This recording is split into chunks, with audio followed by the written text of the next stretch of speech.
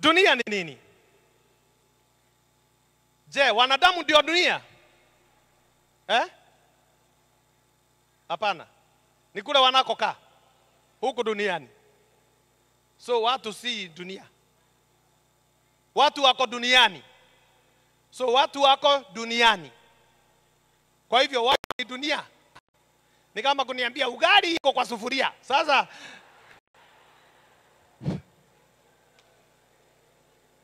ugali pia ni sufuria.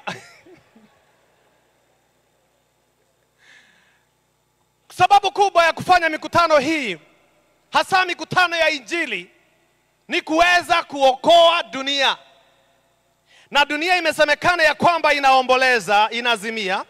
Imesemekana ya kwamba inavunjika sana, inapasuka sana, inatikisika sana. Swali kubwa ni hili, je, dunia ni nini? Naomba uende na moja kwa moja hadi kitabu cha Yohana 17. Au niulize hii lingine swali hili. Ulimwengu ni nini?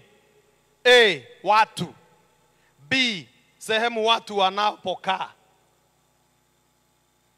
B. Kitabu ni cha Yohana 17. Soma nami fungu la 11. Anasema, wala mimi simo tena ulimwenguni, lakini hawa wamo ulimwenguni. Nami naja kwako Baba mtakatifu, jina lako ulionipa uwalinde hawa, ili wawe na umoja kama sisi tulivyo. Wala mimi simo ulimwenguni tena. Kule tunakokaa ni ulimwengu. Hata wewe ni shahidi, siwezi nikasimama hapa nianze kuwafunza Kiswahili. Hata wewe ni shahidi. Hata unanishangaa, kuna niangalia unauliza huyu jamaa huyu Kiswahili kwanza kimevujika na kimepasuka sana. Sasa hii fundisho wanatufundisha, sisi ndo tumfundishe. Bwana asifiwe sana. Lakini Biblia imesema ya kwamba ulimwengu ni mahala ambako tunapokaa. Lakini dunia, hata ingawa utatumia mahali tunakokaa, pia dunia ni watu. Naona rafiki yangu mmoja hapo amesema, pastor. Hebu tusome katika kitabu cha Yohana wa kwanza. Tunapotamatisha. Kitabu cha Yohana wa kwanza ni 2. Yohana wa kwanza, waraka wa kwanza wa Yohana 2. Nasoma fungu lile la 15 hadi 17. Naomba umanikike. Anasema ya kwamba msipende dunia wala mambo yaliyomo katika dunia. Mtu akipenda dunia, kumpenda Baba hakumo ndani yake. Maana kila kilichomo duniani, yaani, sikia sasa kile kimo duniani, yaani tamaa ya mwili na tamaa ya macho na kiburi cha uzima, havitokani na Baba, bali vyatokana na dunia. Na dunia inapita pamoja na tamaa zake, bali yeye afanyaye mapenzi ya Mungu adumu hata milele.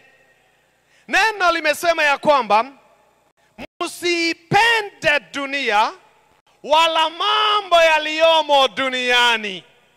Kwa maana kuipenda dunia kuna maanisha haumpendi Mungu. Mambo yaliyomo duniani, kati yake ni tamaa ya macho, ni tamaa ya mwili na kiburi cha uzima. Tutakubaliana jioni ya leo ya kwamba tunaposema macho yana tamaa, hatuneni juu ya macho ya gari, ya pikipiki, ya ng'ombe, ya punda wala farasi. Hauwezi ukasema ng'ombe hii yangu ina tamaa sana, haya macho ya ng'ombe. Huwezi ukasema kiburi cha uzima ukizungumzia miti ya Dar es Salaam ina kiburi kuliko miti ya Dodoma. Angalia manyumba hapa ya Dar es Salaam, kusema ukweli, yana kiburi kuliko manyumba ya Bagamoyo. Ati hapa huwezi ukasema mawe yana kiburi, huwezi ukasema miti ina kiburi, wanyama wana kiburi. At least yule mnyama anasemekana au hayawani anasemekana ya kwamba ana kiburi ni peacock, as proud as a peacock. But ukasema ukweli, the peacock is not proud. All the peacock does is to portray the beauty. Niyo tu kuonyesha urembo wake. Lakini sisi tukabadika ati ni pride.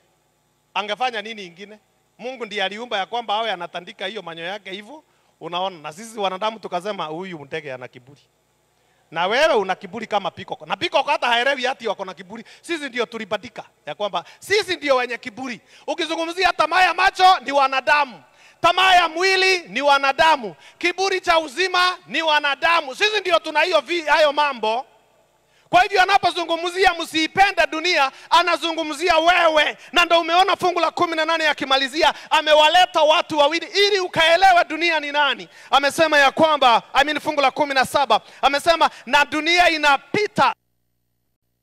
Na inapita pamoja na tamaa zake. Alafu akaleta the contrast. Akasema ya kwamba bali yeye afanyaye mapenzi ya Mungu adumu hata milele. Watu wawili, mmoja ni dunia na tamaa yake, naye anapita. Lakini anayefanya mapenzi ya Mungu adumu hata milele. Bwana asifiwe. Kwa hivyo wakati tuna mkutano kama huu, tunahubiriwa ili tutoke duniani, tuachane na mambo ya dunia na tuwe watu ambao wanafanya mapenzi ya Mungu, ndio tuishi hadi milele. Lakini ukiendelea kuishi duniani, ukiendelea kukaa katika dunia, umekuwa entrapped, umenaswa na dunia, utajikuta ukiongozwa na tamaa ya macho, ukiongozwa na tamaa ya mwili, na ukiongozwa na kiburi cha uzima, na utapita pamoja na hayo mambo. Na ndio sasa Isaya anaingia anasema dunia kupasuka, imepasuka sana, akizungumzia mwanadamu. Kuvunjika, amevunjika sana, akizungumzia mwanadamu. Kutikisika, ametikisika sana, akimzungumzia mwanadamu. Kunajisika, amenajisika sana, akimzungumzia mwanadamu. Na analewalewa kama mlevi kwa sababu ya mzigo wa dhambi yake, naye ataanguka na wala hatainuka tena. Kwa hivyo wakati tunaposikia neno la Mungu, tunaelezewa ya kwamba ni lazima tukubali kuisikia sauti ya Mungu ikituambia tokeni duniani. Atakapofika kitabu cha Ufunuo 14 na Ufunuo 17, atazungumzia Babeli na atasema tokeni kutoka Babeli. Tokeni Babeli. Kwa sababu pia Babeli, mji ulio mkuu, umefanya nini? Umeanguka. Maisha ya mwanadamu ni mafupi sana. Maisha ya mwanadamu ni miaka kidogo tu. Na ndio namalizia nayo. Na naomba munikumbushe, miaka ya mwanadamu ni mingapi? Ngapi? 70. 70. Si mimi nimesema, mumesema, na najua mlisoma mahali, si ndio? Kitabu cha Zaburi 90, I think 90 verse 10, 12. Anasema miaka ni 70. Na mwandishi wa Zaburi akiongea anasema, Mungu naomba unisaidie kuzihesabu siku za maisha yangu, kwani ni miaka 70 na ikizidi 80, lakini ina uchungu na shida nyingi sana. 70.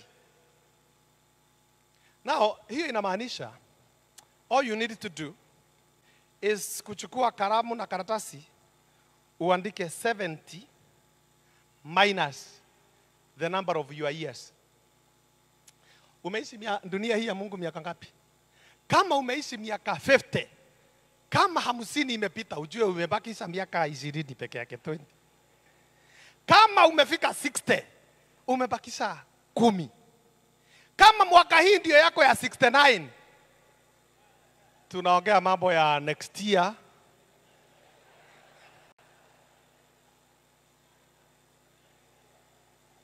Sio mimi nilisema, nyinyi ndio mliniambia 70. Mimi kwangu nafanya tu hesabu. Kama umefika, kama uko 70, sasa wewe anytime inaweza kuwa saa hii. Bwana asifiwe. Pastor, tafadhali hatukukualika kuongea hiyo mambo, lakini ni kweli. Ni 70 ni 70. Kama umefika 70 ni mwaka huu au ni katika hii Darnet event 2025. Lakini Mungu anasema ya kwamba unaweza zidisha ufike 80. Lakini ni taabu tu. Ukiamuka kama unakaa, unajua ukiwa na nguvu ulikuwa unakaa hivi, unaamuka. Lakini kama umefika 80 unafikiria kuamuka. Na unajishikilia ili uamuke. Na unaambia wengine hapa. Unajua tumeongea hapa na mchungaji ile Kudayo, tukauliza, kwani restroom zote ziko juu? Nikamuuliza, wazee wanafanya nini? Ikasemekana kina mama walichukua chini, wazee wakasukumwa juu. Ni kama tu pale Adam alichukuliwa tuda, sasa shida yote iko kwetu. Anyways, miaka ikisonga ni 70. Hakuna dawa ingine baba. Kama uko 35, jua yako iko hapa ni saa 6 ya mchana yako ya maisha. Imebakisha 35, at least uko sawa. Now listen to this. Mungu wa mbinguni hana shida ukifa. Mungu hana shida ukifa. As a matter of fact, Biblia inasema ya kwamba blessed, heri wafao. Ukienda kwa ofisi ya Mungu na Mungu, bwana wangu amekufa, anasema amekufa amen. Heri wafao. Huyo ni Mungu. Hata kitabu cha Zaburi anasema ya kwamba wanaheri wanaokufa katika nini? Katika Bwana.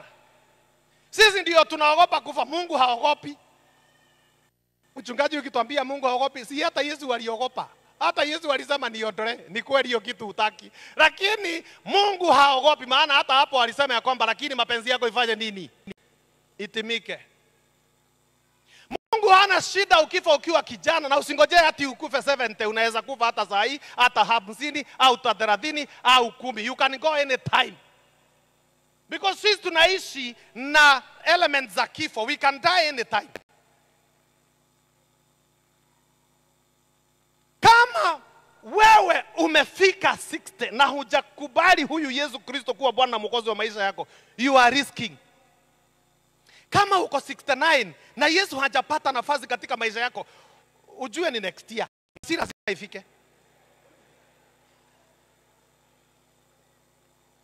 Na hata kama uko miaka 30 na Yesu hajapata nafasi katika maisha yako, uko hatarini, kwa sababu kifo hakipewi rushwa na hakihairishwi, na vijana pia hufa. Lakini ukiwa katika Kristo, Yesu anasema heri wafao katika Bwana, wapumzike. Kwa sababu yeye anakuandalia makao, and very soon atarudi atuchukue mahali alipo. Ndio sababu tuko kwa mkutano, tunaandaliwa siku ya mazishi yetu. Kila wakati ukija kanisani, unaandaliwa siku ya kifo chako. Preacher prepares you for your death. Ili usife ukiwa upande wa dunia, usife ukiwa upande wa shetani, ufe katika hilo sehemu, katika hicho kipengele kinachosema ya kwamba bali yanaye kaa katika Bwana, bali anaye fanya mapenzi ya Bwana anadumu hata milele. Shida si kufa. Shida ni utakufa ukiwa upande gani. Na kwa hivyo siku ya leo elewa, as long as that chapter ya Biblia ilianza, sisi sote tumeingia katika hii meli ambayo haifiki. Huu mwili hautafika. Sisi maisha yetu yanakomeshwa. Lakini elewa ya kwamba kabla ya yote kusemekana, lazima dhambi itaondolewa, na waliofanya mapenzi ya Bwana watauvuka na wataishi pamoja na Yesu Kristo milele hata milele.